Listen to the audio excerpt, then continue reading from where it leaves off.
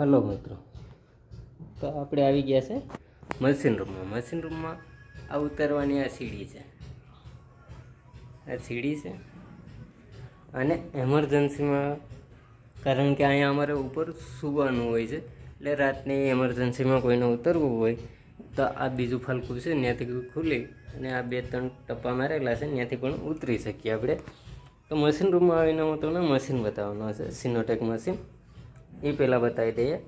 આ ડીઝલના ટાંકા છે, ઉપરથી બેઠાડેલા હોય 1600 લીટર ડીઝલમાં, આ એક ટાંકામાં, અને આ બીજો ટાંકો 1600 આમાં, એટલે 3200 લીટર ડીઝલ ટાંકામાં હોય અને 3 બેરલ અમે માથે રાખીએ છીએ, એટલે 600 લીટર. ટોટલ 3800 લીટર ડીઝલ અમે રાખીએ છીએ. અને આપણે તમને મશીન બતાવી દઈએ તો કે આ છે સિનોટેક મશીન. આ છે મશીનનું સાયલેશન બોલે તો આ કંઈ એટલું બધી ખાસ જાડું છે નહીં, પણ આને શું કહે કે સિમેન્ટથી ભર્યું હોય અને માથે આ પ્લાસ્ટિક નાખ્યું, કેમ કે આ શું કહે કે દી આખો ગરમ રહે ને મશીન. તો સાયલેશન શું કહે કે કોઈ ખલાસી છે કે કોઈ સાઈડ ટેન્ડલ છે કે કોઈ ટેન્ડલ ઓશિતાનો હાથ અહીંયા રાખી દે તો બહુ ગરમ હોય તો હું ધગી ન જાય તે માટે એને સિમેન્ટથી ભરવામાં આવે. તો તમે જોઈ શકો છો આ છે પાવરટેક કહેવામાં આવે. એક પટ્ટો ચડાવ્યો છે, 2 પટ્ટા અહીંયા સાઈડમાં રાખ્યા છે, એ ચડાવી દેવું, કારણ કે રિપેરમાં આપ્યો તો પાવરટેક. અને પાવરટેક કહેવામાં આવે કે આના લીધે શું કહેવાય કે આપણે જે પાણીમાં વાયરું હોય ને, વાયરું આ પાવરટેક ચાલુ કરીએ એટલે વીજ ભરે, વીજના લીધે વાયરું લેવાના હોય તો આ પાવરટેક કામ કરે. અને આ છે ડંકી એટલે ઘામસનું જે પાણી હોય ને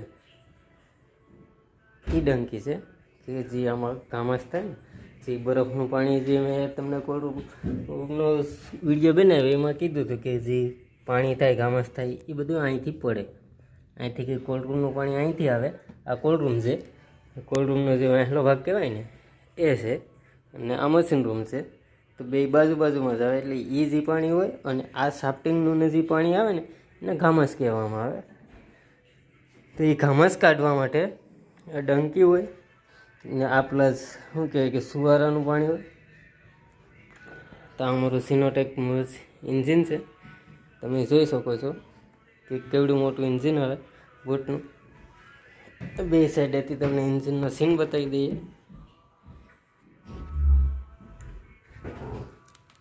અહીંયા આમ ખેંચવાથી એન્જિન બંધ થઈ જાય, ચાલુ હોય બોટ, અને આપણે બંધ કરવાની હોય તો આને આમ દબી રાખીએ એટલે એન્જિન બંધ થઈ જાય. ને આ બંધ કરવાની દોરી આપણે છે ને અહીંથી કાઢેલી હોય બાંધેલી ઉપર, એટલે કે હેઠે ન ઉતરવું પડે, ડાયરેક્ટ માથેથી દોરી ખેંચીએ ને એટલે બંધ થઈ જાય. અને ચાલુ કરવા માટે તો માથે સ્લેબ હોય જ. તો આટલા આ વિડીયોમાં આટલું જ. એથી વધારે જોવું હોય તો આ જોઈ શકો છો કે આ પાવર માટે બેટરા રાખેલા છે, બેટરા હોય. અને ડાયનામો છોડાવી લીધું છે. બેટરાનો પાવર જે ડાયનામોથી કન્વર્ટ કરીએ ને એ ડાયનામો છોડાવી લીધું છે, રિપેરમાં છે, અહીં આવી ગયું છે. અને ડાયનામો કહેવામાં આવે આ બેટરાનો પાવર કન્વર્ટ કરી અને કન્વર્ટરમાં થઈને સાદો પાવર મળી શકે. ને આ વાંસનો ભાગ છે, ટાંકાની બાજુમાં જે ગલી પડે ને એમાં. તો એમાં તો તમે જોઈ શકો છો કે ડીઝલની નળી છે, પાઇપ કહેવામાં આવે, પેટી છે, અને પાઇલોટને એ બધી શેડાના અંતેના પડ્યા છે. આ બધા ગોલા છે. તમે વિચારતા હશે કે ગોલાને શું કરવા. લાઇટ ચાલુ કરી દઈએ, થોડીક અંધારું હતું એ વિડીયોમાં થોડુંક દેખાય હરખું. લાઇટ ઓલી થાય છે.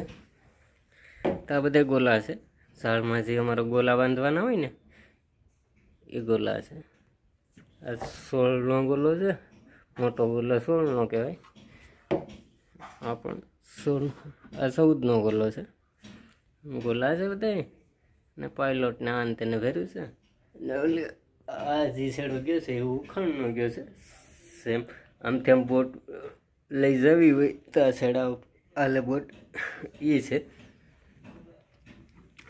તો બસ આ વિડીયોમાં એટલું જ. મળશું બીજા વિડીયોમાં.